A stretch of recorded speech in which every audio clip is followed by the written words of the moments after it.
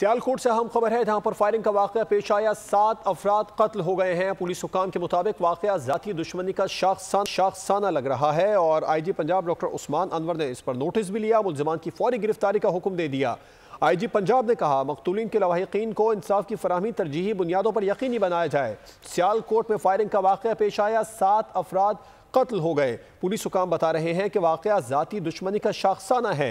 IG Punjab ने कहा है कि मकतूलीन को इंसाफ की फराहमी तरजीही बुनियादों पर यकीनी बनाया जाए। बोल न्यूज़ के नुमाइंदे ज़हीर सियाल से इस बारे में मज़ीद तफसीलात जान लेते हैं। ज़हीर, मज़ीद क्या बताया पुलिस ने इस बारे में?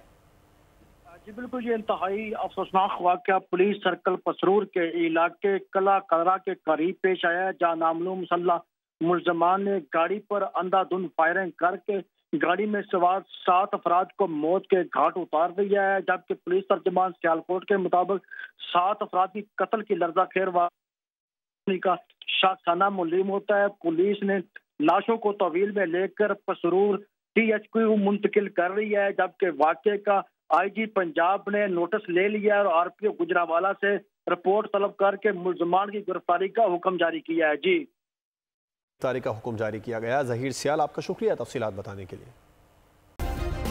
सब्सक्राइब करें और बेल दबाएं ताकि कोई खबर रह न जाए।